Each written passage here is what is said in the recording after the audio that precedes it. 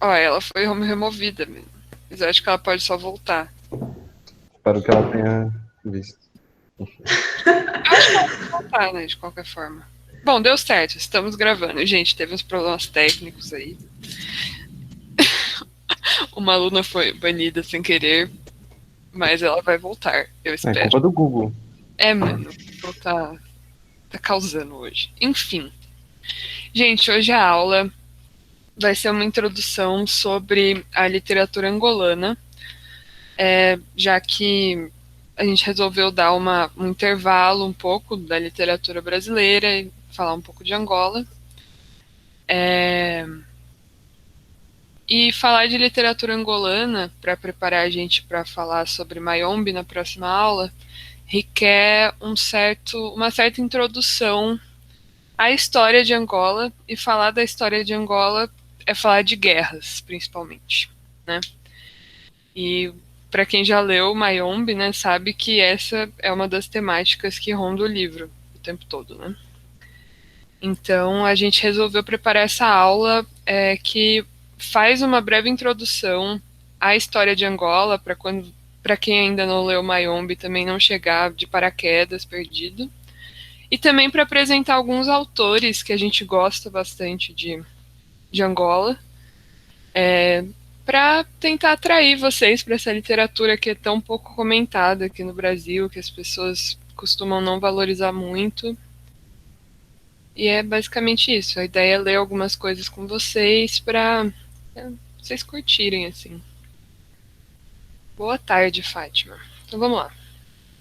Essa é a bandeira de Angola. Só queria aproveitar, começando com a bandeira, que a gente tem uma katana no símbolo da bandeira de Angola, que ela é um símbolo que ficou muito importante para Angola, porque no ano de 1961 teve a primeira revolta dos grupos pró-independência, em que as pessoas que eram agricultoras elas estavam armadas com as katanas. Então, é katana, né? Eu falei, não sei, tô confusa com os nomes das armas. O facão, né? Sei lá. Enfim, vamos começar.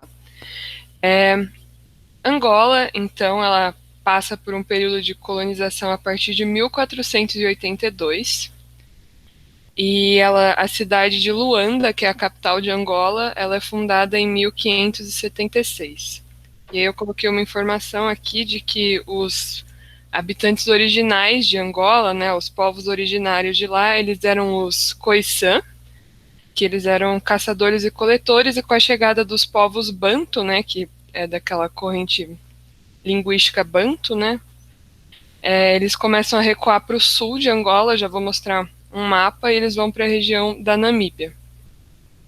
E esses povos, eles também eram conhecidos como Otentotes, né, que é um nome dado pelos colonizadores. E é uma coisa bastante curiosa, porque era um povo que era reconhecido pelo quadril largo das pessoas, e os europeus, né, como sempre, estranhando tudo que vem da colônia e exotizando tudo. No século XIX, eles fazem uma espécie de zoológico humano que milhões de pessoas vão visitar, e eles levam essas pessoas e chamam elas de Vênus Hottentot, então, para apresentar nesses shows e tal. Só uma curiosidade para mostrar que esses povos originários, o que a Europa fez com esses povos originários, né? Essas pessoas que sobreviveram até o século XIX, né? Pensando que elas estavam desde o começo, que passa a acontecer com esses grupos. Mas enfim, então Angola passa por um longo período de colonização, que vai até o século XX.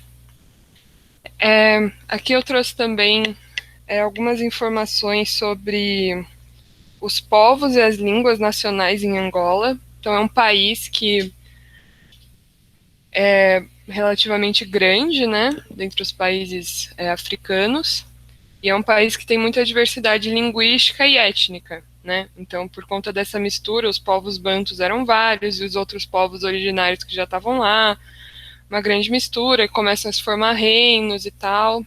Então, tem pessoas de diversas etnias, né? E uma das regiões que talvez a gente comente mais em aula é a região de Ambundo, que é essa daqui, que é onde as pessoas falam quimbundo e imbundo, principalmente. E essa outra região aqui, que é a região sobre a qual o Pepetela fala no Mayombe, né? E essa aqui também, que é a região de Benguela também. Então, todos esses povos aqui, eles aparecem bastante no Mayombe. Só, desculpa interromper. Aquela aluna que deu ruim, tipo, o Google quicou ela da reunião.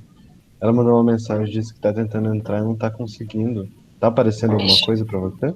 não tá aparecendo nada aqui. Que estranho. Será que eu... Ai, será que a gente não grava? Não sei. Acho que é melhor gravar. Eu não Bom, vou sei o que falar fazer. com Já ela. aconteceu isso em algum... Ah, Ah, ela ela entrou. entrou. Deu certo. Maria Eduarda entrou. Tá tudo bem. A gente ficou preocupado aqui um pouco. Mas enfim.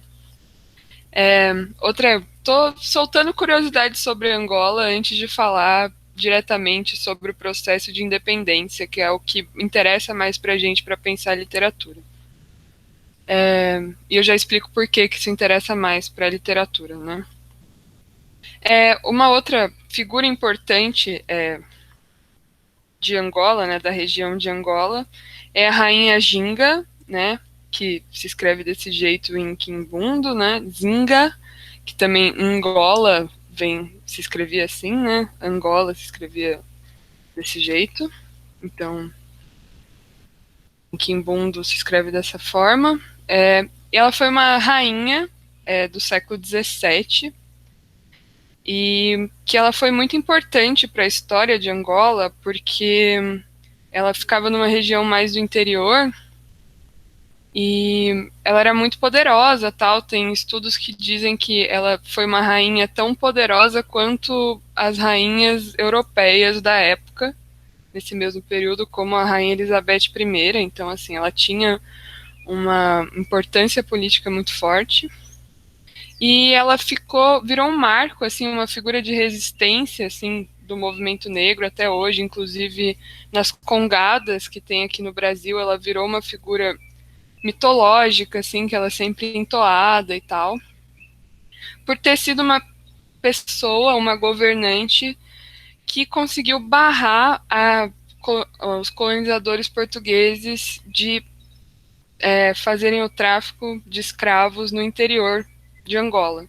Então, os portugueses eles ficavam mais na região de Luanda, que fica no litoral, e ela conseguiu barrar por muitos anos a colonização portuguesa para o interior de Angola. Então, ela ficou conhecida por isso, assim, como uma pessoa que conseguiu negociar com os portugueses e também lutou muito. Ela foi para batalhas, inclusive no século XVII, que foi um período em que os holandeses eles estavam na África também, né, por conta de todas as riquezas que tinham lá. Ela se vestia de homem para ir nas batalhas lutar contra os holandeses. Isso também é um marco assim dela, e ela ficou conhecida como uma pessoa demoníaca, uma feiticeira, tal. E também é muito curioso porque ela é uma figura muito ambígua, assim, que tem muitas coisas que envolvem a Ginga, porque além dela ser essa figura de poder muito forte, ela também é uma figura muito voltada para a sexualidade.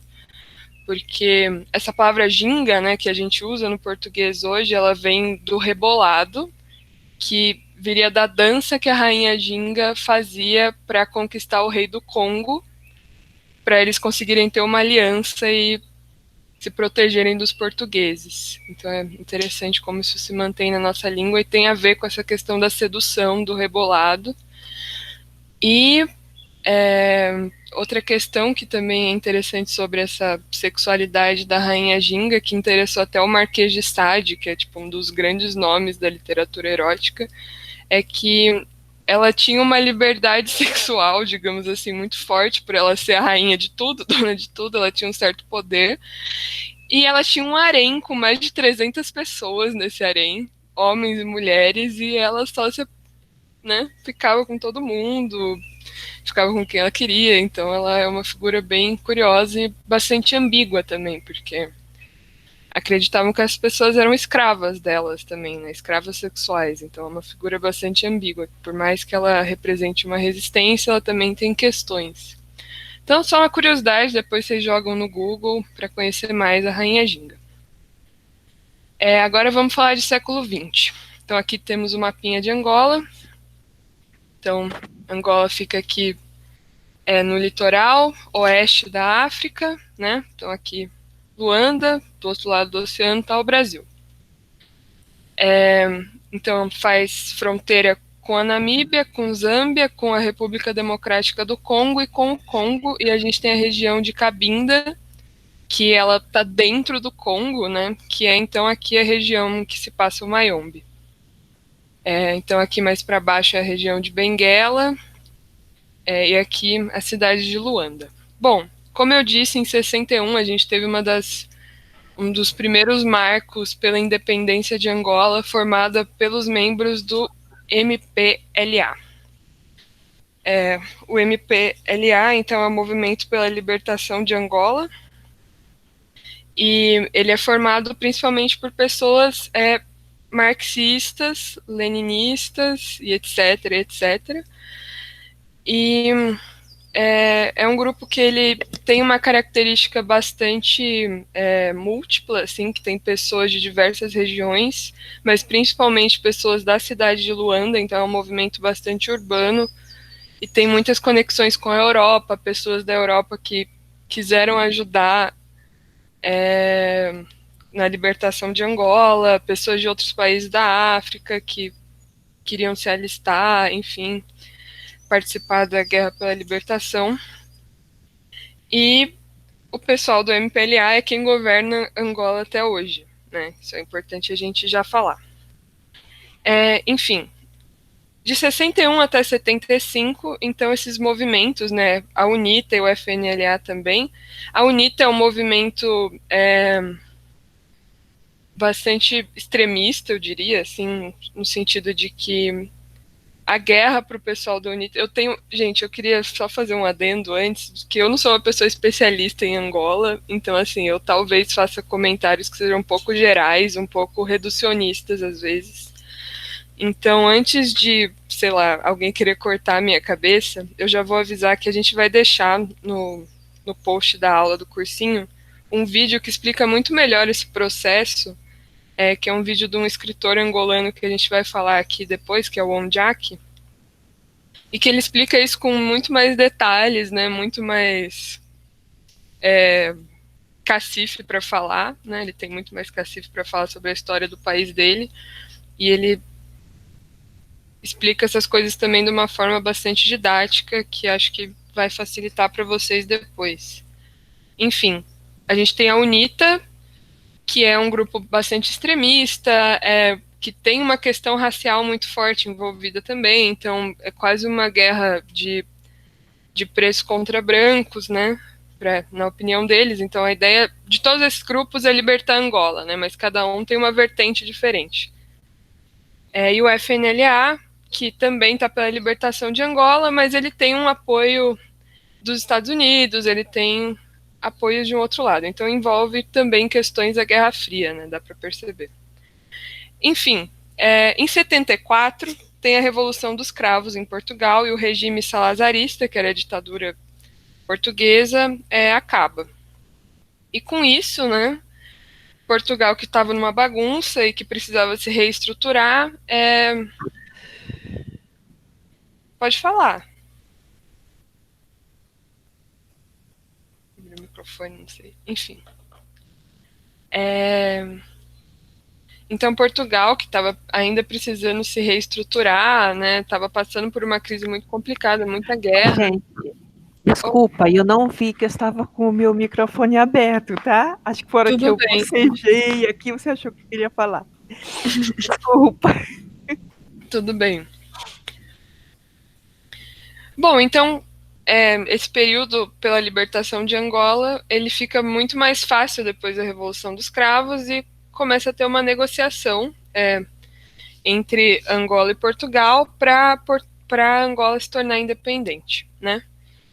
E aí é mais ou menos um período de um ano de transição, né, até porque eles não podiam entregar, sei lá, a chave de Angola de uma hora para outra para os angolanos, né, essa visão do colonizador. Então eles prepararam um período de transição. Enquanto esse um ano, né, mais de um ano, na verdade, de transição entre a colônia para um país independente, esses grupos eles começam a se armar, a criar as regiões que já tinham as bases pela libertação, né? Tinha uma base do MPLA aqui, outra aqui, do FNLA tem uma aqui, da UNITA fica aqui no sul, porque depois a UNITA ela tem um apoio da África do Sul, que estava dominando a Namíbia nessa época, e é a África do Sul do Apartheid, né? Enfim.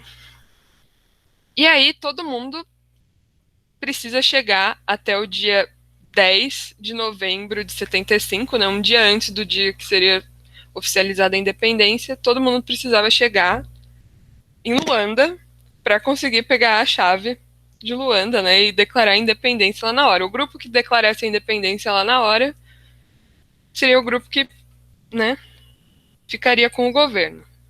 E aí rola uma batalha o tempo todo. Esse ano é um ano cheio de batalhas.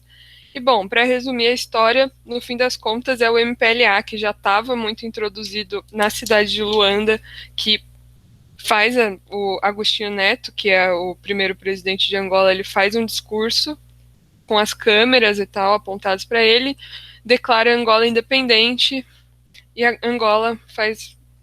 agora tem um governo do MPLA, né? Lógico que com uma ajuda muito forte dos cubanos, né?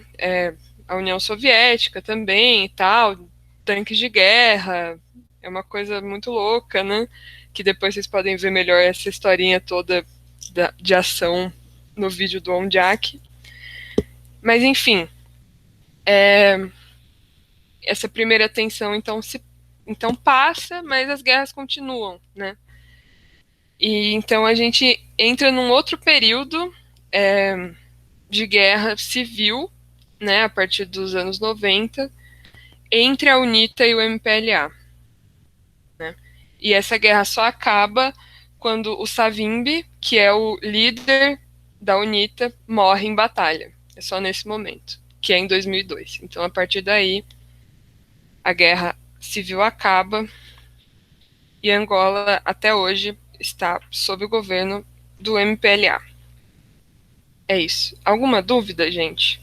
Se eu conseguir responder, eu posso responder. Não sei se ficou claro, eu falei tudo de um jeito meio disperso, não sei. Mas é basicamente isso, né? Então aqui eu só trouxe uma imagem de Luanda, que é a capital, então é onde toda a ação política acontece e tudo mais, né? É a capital, centro econômico e tudo mais. É uma cidade que já está bem mais reformada hoje em dia, tal, modernizada. E ela é dividida, por conta do período de colonização, em duas partes, assim, a gente poderia dizer.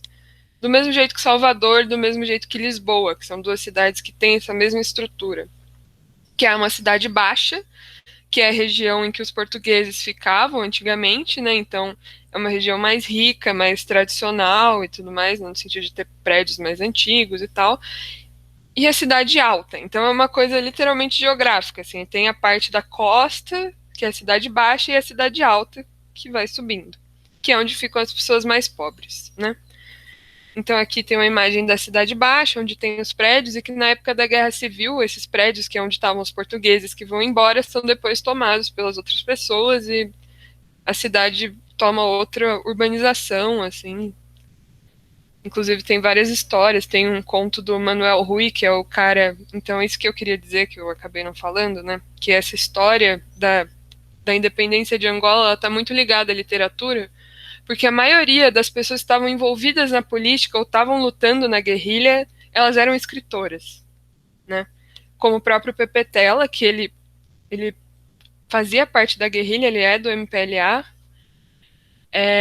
O Luandino Vieira, que apesar de não ter lutado pela independência porque ele foi preso, e ele foi preso por ser considerado um revolucionário, né, uma pessoa revoltada, terrorista e tal, e ele é mandado para Cabo Verde. O próprio Agostinho Neto, que era escritor também, era o presidente, e o Manuel Rui, que é esse escritor que eu ia falar agora, que ele escreve um conto chamado Quem Me Dera Ser Onda, que ele conta um pouco dessa história dessa urbanização, digamos assim, de Angola, de Luanda, e ele foi quem escreveu o hino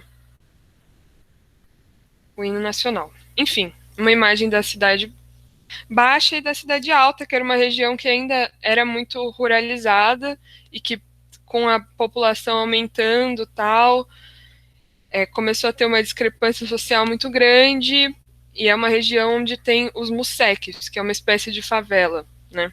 Então é uma região mais pobre. Então existe basicamente essa divisão geográfica, né? E que aparece em muitos livros, aparece em grande parte da literatura angolana. Enfim, é isso. Essas coisas vão voltando a aparecer ao longo das leituras. Então, vamos começar a conhecer alguns autores da literatura angolana. Esse primeiro é o Andino Vieira, e ele é um grande nome, né, da literatura angolana pré-independência, então ele é uma geração um pouco mais antiga. Ele é nascido em Portugal, na verdade, mas ele vai muito cedo para Luanda com os pais, ele vai com 3 anos, e começa a, enfim, fazer parte dessa realidade, né? Começa a conhecer, estar entre a população angolana que vive nos museques e tudo mais. E, enfim, Luanda faz parte de toda a história dele, e tanto é que, na verdade, o nome verdadeiro dele é José Mateus da Graça Vieira, eu acho, alguma coisa assim, e na verdade, quando ele volta, né, que ele foi preso, quando ele volta para Luanda, ele resolve acrescentar o Luandino, então ele passa a se chamar José Luandino Vieira, que é o momento também que ele escolhe ser um cidadão angolano. Então, para a gente entender um pouco esse contexto que ele está inserido, nos anos 40, assim, sobretudo no final dos anos 40, começa a haver uma efervescência cultural muito grande em Angola, e isso é muito parte também de alguns grupos que vão surgindo, alguns movimentos, como esse que eu coloquei aqui, do Vamos Descobrir Angola, que era um grupo organizado por pessoas que se denominavam novos intelectuais da Angola, e a proposta era realmente redescobrir esse país a partir de uma perspectiva realmente angolana, e não sobre os olhos dos europeus, dos portugueses, dos colonizadores, né? Enfim.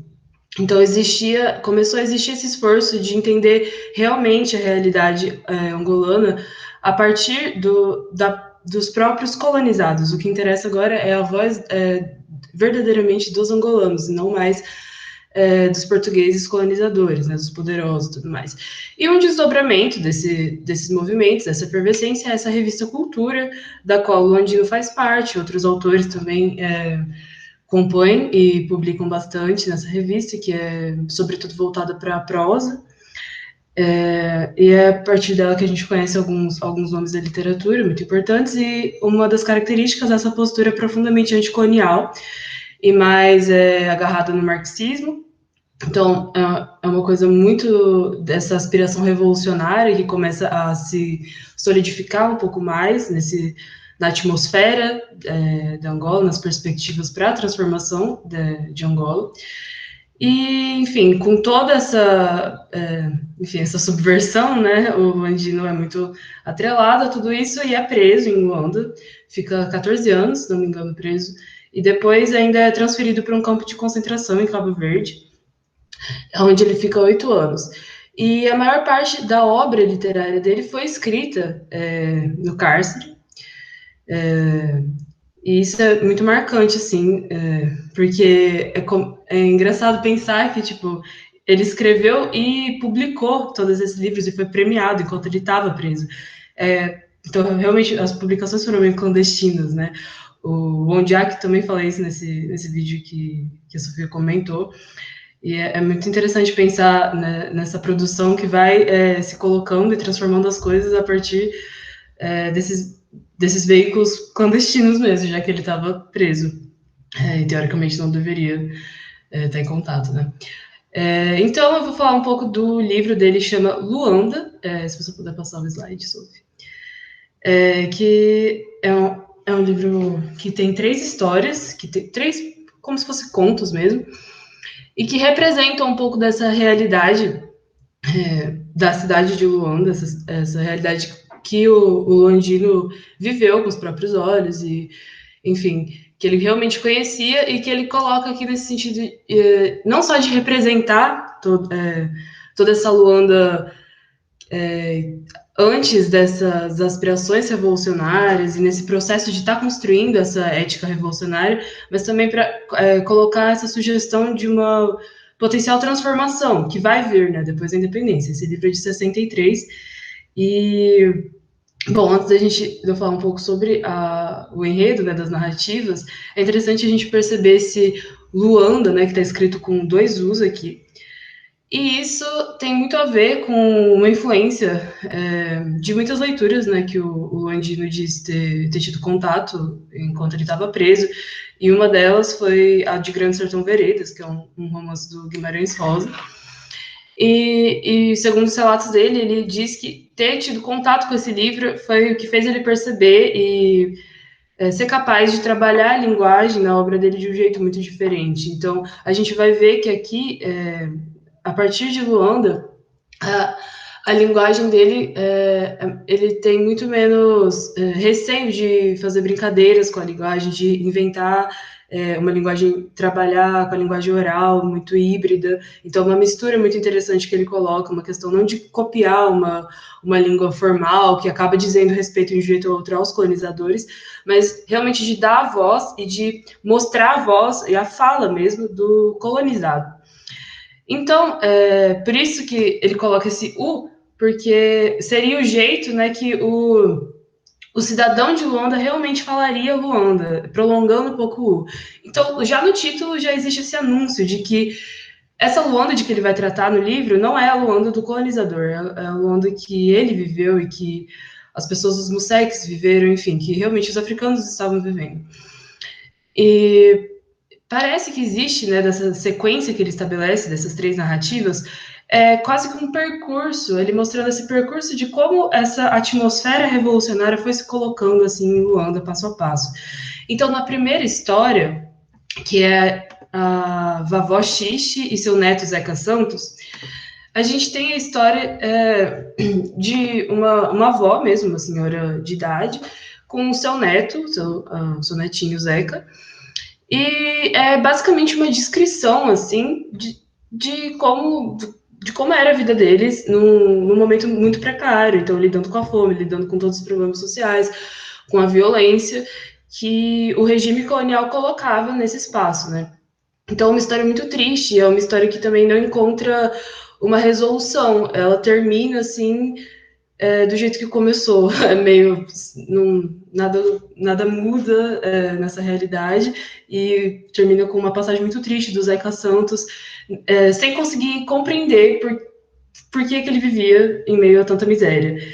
E é muito interessante que essa história já coloca também alguns personagens que são muito importantes nas histórias desse livro, que é essa figura da criança, que é muito decisiva em outras histórias, como a gente vai ver, e a pessoa mais velha, né, que geralmente tem a ver com a sabedoria e tudo mais. Eu não trouxe nenhum trecho desse livro, mas deu para dar uma ideia, eu só vou falar mais da terceira história, na verdade.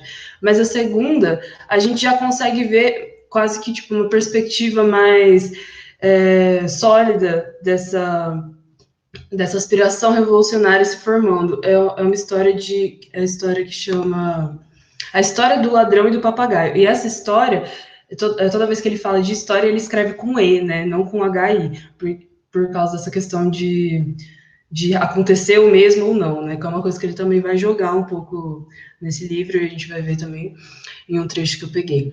E essa história do ladrão e do papagaio é basicamente sobre a prisão de dois amigos, na verdade, não dois amigos, porque eles não se gostam muito, mas eles se veem presos, e um parece que quer culpar o outro pela prisão.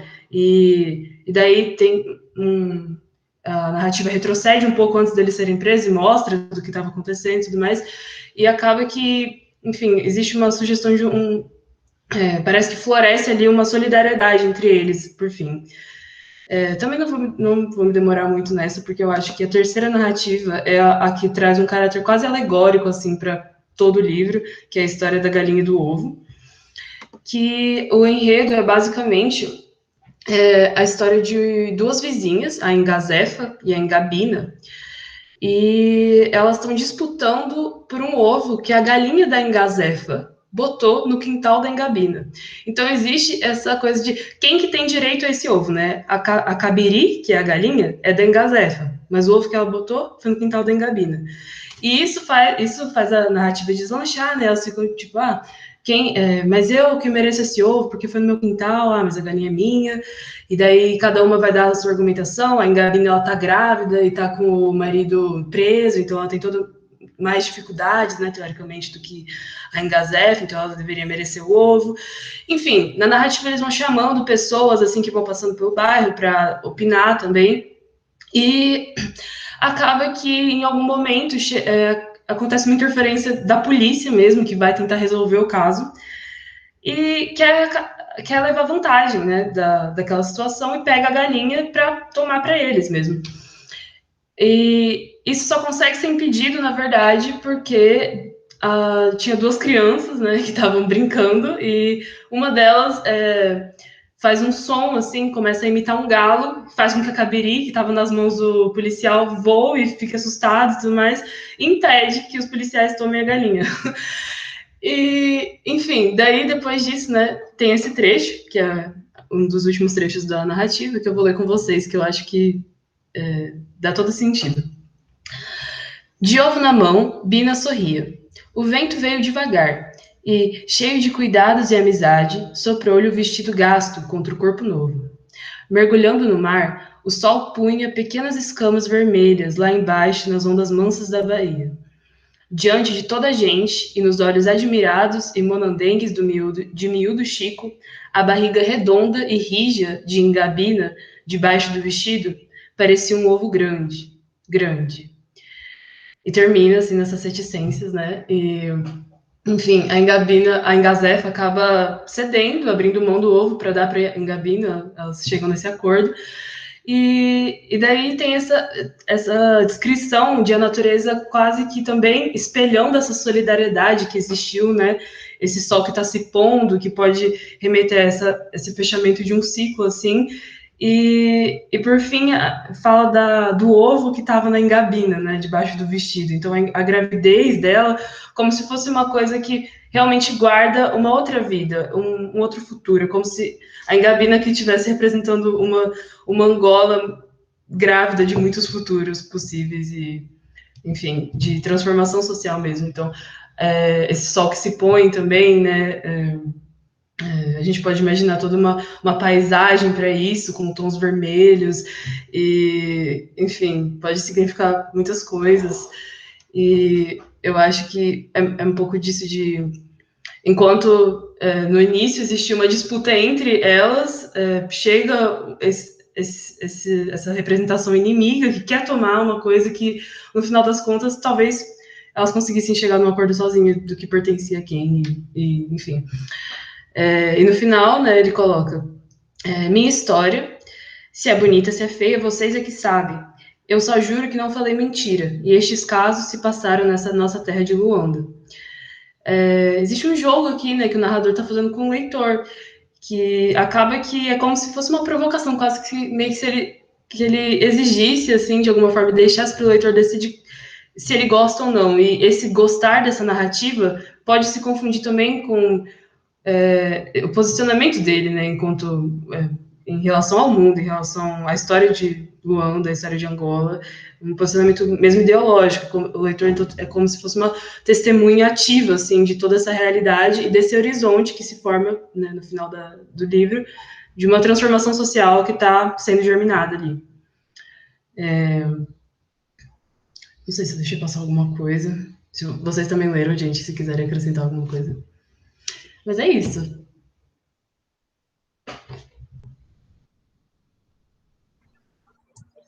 Bom, vamos lá.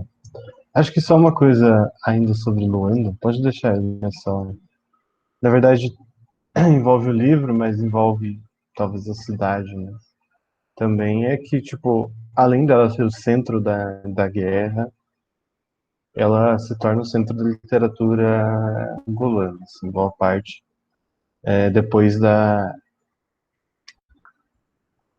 Não só depois da independência, né? Mas a partir do momento da guerra de independência, e. Porque, enfim, existia até uma literatura antes, que é até difícil de chamar de angolana em alguns momentos. Né? Muitas vezes é literatura portuguesa que fala sobre Angola. Mas, enfim, é difícil definir esses limites como a gente falava, por exemplo, sobre Gregório de Matos, que se ele era português, ou se dá para dizer que é brasileiro. Bom, vamos para mais uma autora. Essa autora, ela já participa de um outro momento da literatura angolana, um momento pós-independência, que é um momento diferente também no, digamos, no pensamento decolonial, no pensamento africano, que num primeiro momento, a partir dos anos 50, buscava se afirmar pela negação completa dos valores, das ideias europeias. Então, eles tinham que negar completamente aquilo para poder pensar, digamos, por si mesmos, pensar sem o olhar do colonizador. E num segundo momento, depois vão começando a surgir muitas teorias de autores diferentes que vão buscar pensar a África de maneiras diferentes enfim, vão mudar um pouco a forma de lidar com isso. E também é um momento, em geral, pós-independência. Então, tipo, também uma questão política. E essa autora, que eu não falei o nome ainda, não está aqui o nome dela, vai estar no próximo slide, Ana Paula Tavares. Ela publica o seu primeiro livro em 85. Né? E aí, eu coloquei aqui que surge uma voz dissonante na poesia angolana, por quê? A literatura angolana teve uma centralidade na guerra, até porque a história angolana tem uma centralidade nisso e a vida de todo mundo foi atravessada por isso, inclusive dos intelectuais que participavam ativamente, né, como a Sofia falou, e que depois até fizeram parte do governo. Inclusive o primeiro presidente, Agostinho Neto, também era poeta. E o que a Ana Paula Tavares, ou Paula Tavares, assim, tem esse livro dela aqui no Brasil, acho que tem alguns livros de crônicas também. Esse é uma reunião da poesia dela, foi lançada pela editora Palas Atena e tem alguns livros. Bom, o que ela fez no primeiro momento? Ela fez uma poesia de reivindicação, de reivindicar para si mesma, um erotismo, uma poesia erótica, que era uma coisa nova para a literatura angolana e causou alguns problemas até para ela. A literatura erótica ela tem algumas questões, né? Vai dar para discutir muito aqui, mas ela também trata do gênero, até depois se a Sofia quiser comentar sobre isso, que ela pesquisa gênero. Mas enfim, ela fala sobre gênero, é uma poesia que se afirma feminina, digamos assim. E é uma poesia que trata do gênero, da colonização juntos, como uma forma de resistência ao duplo patriarcalismo. Esse é um termo que foi cunhado por um intelectual moçambicano, que, enfim, esse duplo patriarcalismo ele tem a ver com um patriarcalismo interno da África, dos africanos, né, que apesar de ter tido uma figura como a Rainha Ginga, também existe uma cultura patriarcal na África, e o patriarcalismo dos colonizadores. Então, ela investe contra esse duplo patriarcalismo e ela também questiona essas visões de mulher nação, mulher sujeito. Né? Então, ela afirma uma individualidade e não só uma coletividade, como muitos autores que estavam ligados à independência buscavam afirmar, como o próprio Pepe Tela, a gente vai ver afirmar. Não no sentido da mulher na ação, mas no sentido de uma coletividade. E a Ana Paula Tavares, ela enfim, mexe essas coisas entre esses dois pontos, assim, afirmando a mulher como sujeito de si, do seu corpo. Pode passar o slide, por favor? Bom, aqui tem umas obras dela, uma foto dela mais recente também. Ela escreve principalmente crônicas também, em prosa, mas ela publicou Os Olhos do Homem que Chorava no Rio, que está em Por Último, é um romance, que ela escreveu junto com mais um outro autor. E ela tem vários livros de poesia. E eu acabei de ver que está faltando um aí, que é Como Veias Finas da Terra, que é de 2010. Mas tem um poema dele, depois eu vou mostrar. Bom, ela publicou primeiro em 85 e ela tá viva ainda, está escrevendo, continua publicando livros. Você pode passar já, por favor? Próximo. O primeiro livro dela chama Ritos de Passagem, foi publicado em 85 e ele tem ilustrações do Blandino Vieira, autor, que a gente estava falando agora há pouco. Não sei se dá para ver.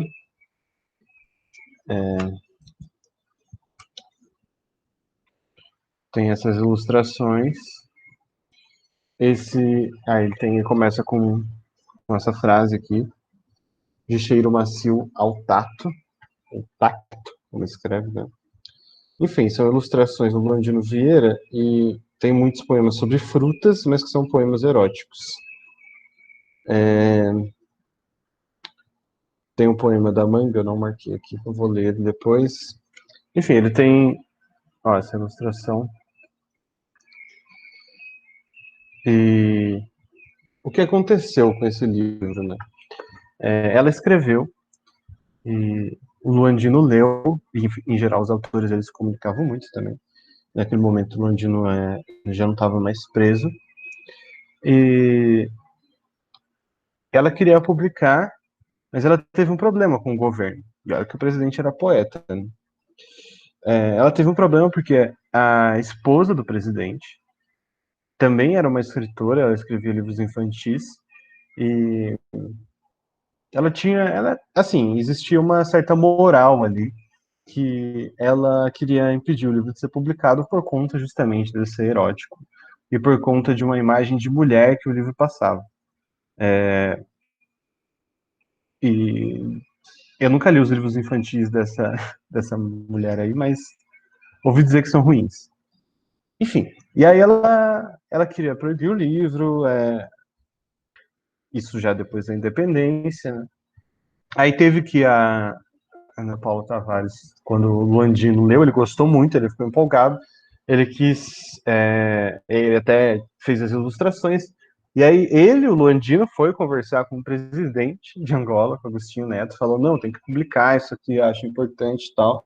Depois que ele falou com o presidente, aí sim o livro foi publicado. É um livro que tem várias imagens de frutas, que são metáforas, em geral, eróticas, sexuais. E é um livro que afirma a subjetividade feminina a partir de imagens, às vezes violentas, mas em geral muito delicadas, tem muita delicadeza na escrita da Ana Paula Tavares. Existe uma linguagem concisa, em geral os versos são curtos, os poemas também não são muito longos. Uma linguagem bastante lirismo. E existe também os sentimentos aparecem muito, transparecem muitos sentimentos individuais, de uma forma politizada. Então esse poema eu vou ler, eu não vou comentar muito, mas enfim, só para vocês imaginarem. Ele não tem título, mas tem esse que vem em cima, que é: as coisas delicadas tratam-se com cuidado. Desossaste-me cuidadosamente, escrevendo-me no teu universo como uma ferida, uma prótese perfeita, maldita, necessária. Conduziste todas as minhas veias para que desaguassem nas tuas, sem remédio. Meio pulmão respira em ti, o outro, que me lembre, mal existe. Hoje levantei-me cedo, pintei de tacula e água fria o corpo aceso. Não bato a manteiga, Não ponho o cinto, vou para o sul saltar o cercado. Que é enfim, uma poesia política, né, de afirmação de independência em relação a alguém que desossou cuidadosamente, né, esse sujeito do poema. Enfim, é um sujeito que liga imagens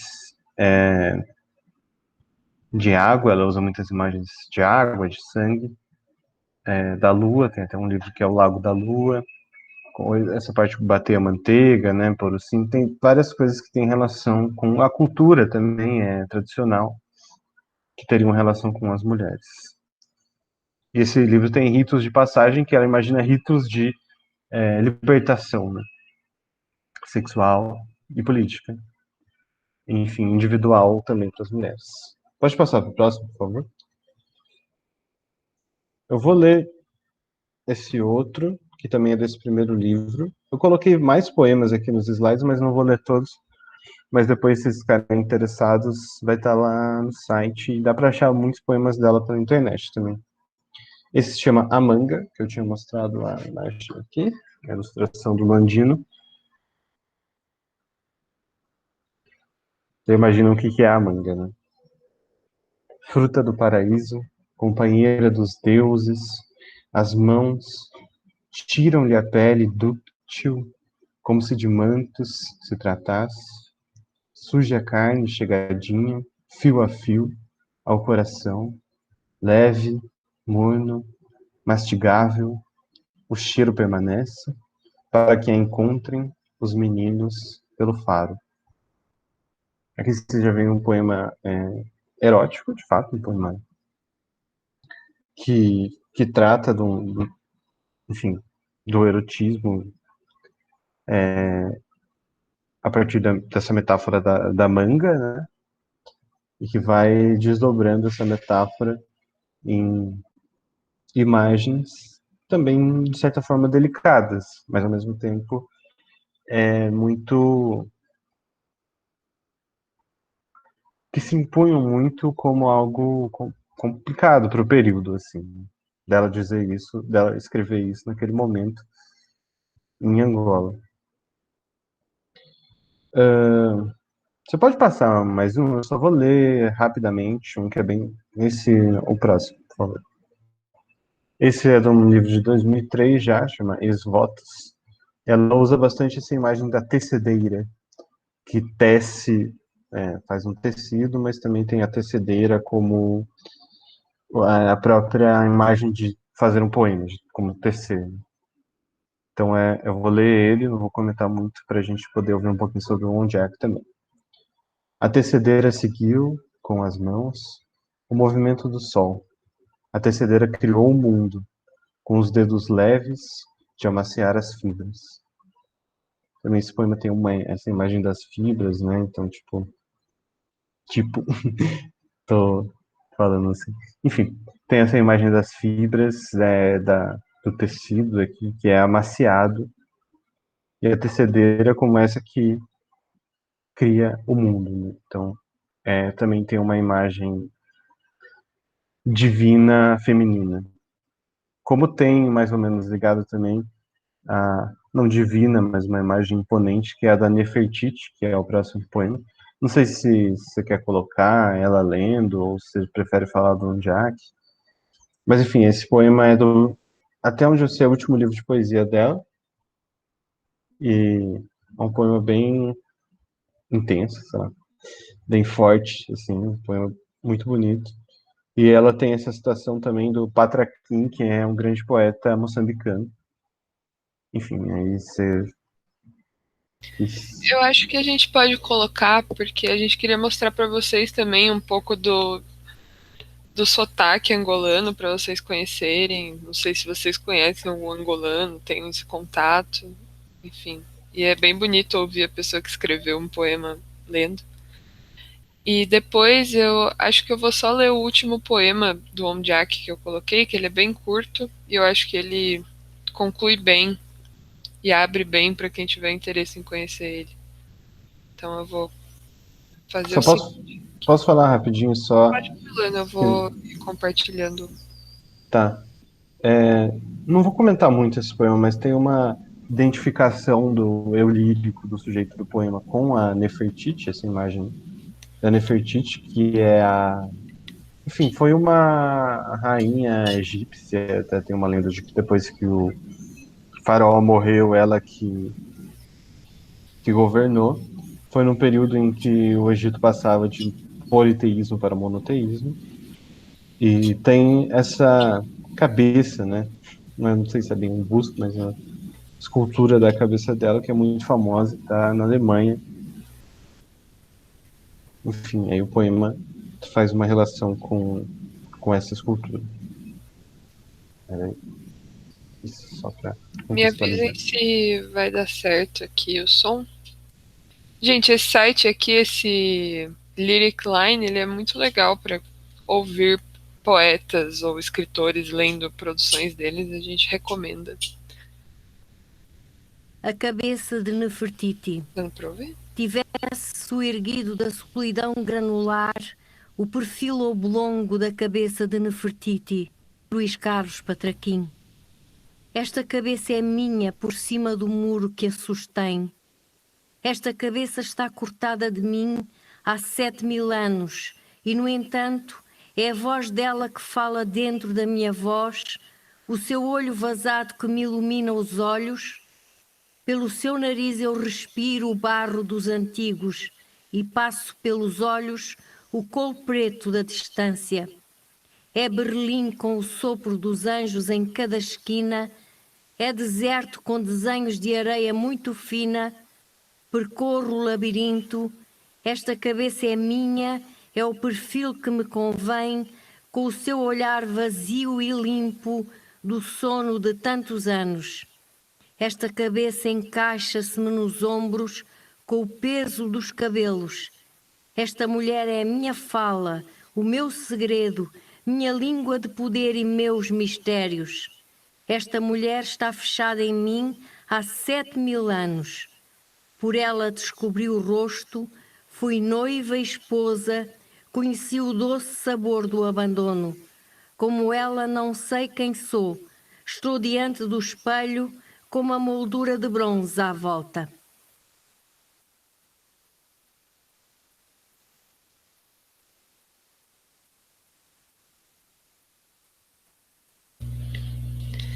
É isso, né?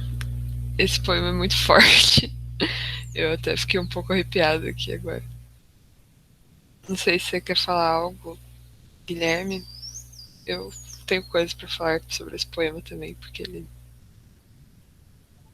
Eu, na verdade, não tinha planejado comentar muito. Se você quiser comentar, porque também já são 5 horas, não sei. Uhum. Não, é só porque esse poema ele tem uma imagem muito forte de uma mulher africana, angolana, né, que tá fora do seu país, tá na Europa, e para visitar uma. Ah, o nome do site? Eu vou colocar o link aqui, aí vocês já veem depois. Enfim, é uma mulher angolana, africana, que vai para a Europa e vai para um museu de Berlim, né? E também tem várias referências a Berlim, né? Os anjos, o muro de Berlim. Enfim, ela, ela precisa ir para a Europa para conseguir ver uma imagem de uma figura importante, uma mulher importante do continente dela, né? E tem umas imagens de espelhamento, né? Essa mulher é a minha fala, e depois no final, né? Essa mulher está fechada em mim há 7.000 anos. Estou diante do espelho com uma moldura de bronze à volta, né? Então, vendo essa figura que está sob uma moldura de bronze e está distanciada dela, né? Então, é muito forte nesse sentido, de que é uma coisa que pertence à sua cultura, mas ao mesmo tempo que você se espelha nela, você também se espelha em um distanciamento, né? Enfim, é bastante forte esse poema. Tem uma coisa também que a Ana Paula Tavares, ela mora em Portugal, né? E, enfim, tem vários autores que acabaram tendo que sair, enfim, então, na Europa. Então tem também uma relação com isso, né? Até tipo a cultura africana, ou uma figura africana, ouvir a voz dessa mulher antiga, também do mesmo continente, ela se vê mais na Europa, enfim. Sim. Enfim, gente, por último, só vou falar um pouco sobre o Ondiak. O Ondiak, então, ele nasce em 77. O Ondiak é esse cara que a gente vai colocar o vídeo para vocês depois no site. Então, ele é mais novo e ele nasceu já numa Angola independente, né? Então, ele seria, tipo, uma primeira geração de angolanos que nasceram numa Angola independente. E as questões que envolvem a literatura dele são completamente diferentes do que dessas outras pessoas. Ele teve uma infância num país que ele teve aula com cubanos, né? Enfim, é uma outra realidade. A presença portuguesa é outra, né? Ele vai fazer faculdade em Portugal, depois ele volta. Ele mora um tempo no Brasil também, depois retorna para Luanda, e é muito interessante como ele é uma pessoa muito viajante, assim, ele é uma pessoa que tenta levar a literatura angolana para o mundo, essa é um pouco a missão dele.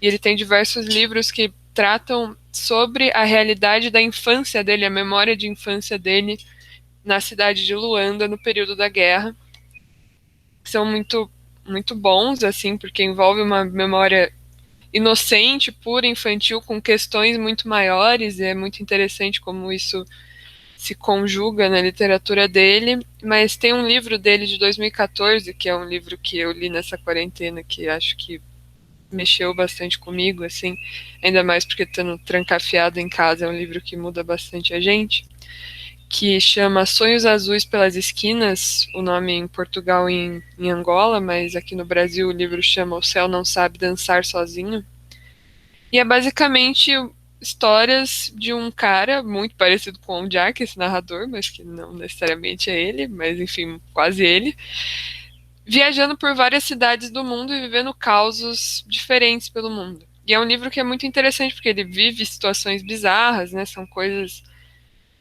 insólitas, né? Tem uma coisa até do fantástico, tal.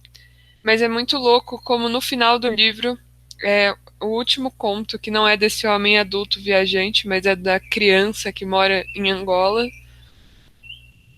traz uma reflexão de ser aquilo que você é, ser as suas raízes pelo mundo, né? E eu acho isso muito bonito, assim, essa relação essa relação que o Ondiak tem com Luanda, principalmente, né? Mais do que Angola, com Luanda, e como ele é sempre uma pessoa de Luanda, mesmo que ele esteja pelo mundo. Então tem um pouco essa ideia mais contemporânea de eu sou um cidadão do mundo, eu estou pelo mundo, eu tenho conexões com culturas do mundo todo, mas eu nunca vou deixar de ser daqui, de ser angolano e tudo mais.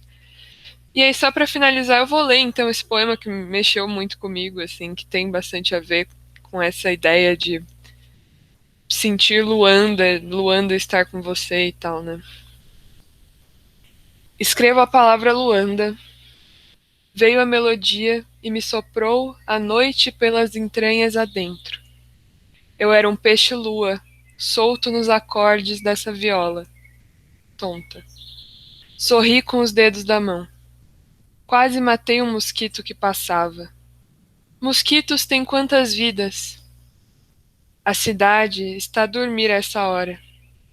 A cidade sonha? Todas pessoas, muitas, todas histórias bonitas.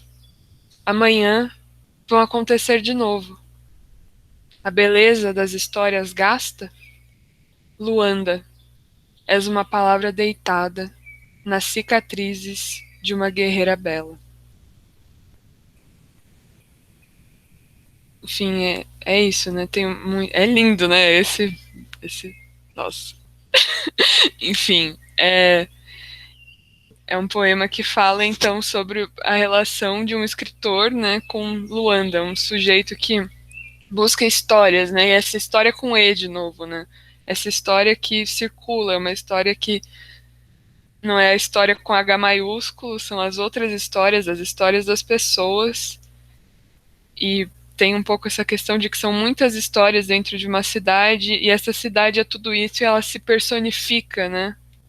Ela é uma coisa, assim, ela é quase, né? É uma palavra que é ao mesmo tempo uma mulher, né? Enfim, é muito... É lindo demais. É isso, eu sou muito fã do Onjak, só queria dizer isso.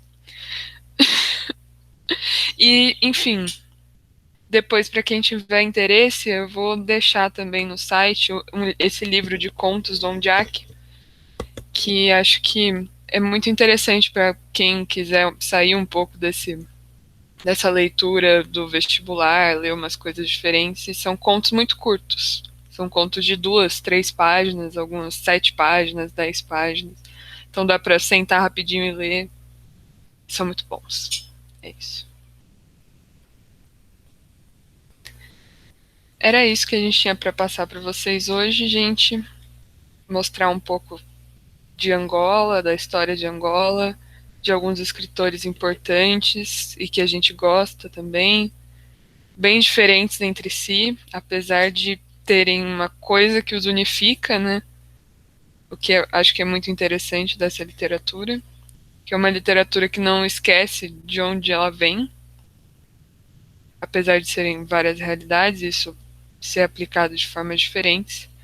Mas enfim, era mais uma aula para apresentar e ver se vocês se interessam também em buscar. São coisas muito ricas que às vezes a gente acaba ignorando, né? É isso. Se vocês quiserem falar alguma coisa. Não falar nada não. Valeu, gente. Obrigado. Essa hoje foi demais, viu? Obrigada. Muito boa. Gente, a aula de literatura Que bom que você gostou. é difícil para falar porque eu gosto muito, né? Então, mas é muito bom. Muito obrigada, gente. Obrigada a você. Uma boa tarde a todos. Boa tarde, gente. Boa tarde, Valeu. gente. Tchau, tchau. Vou parar a gravação. Tchau.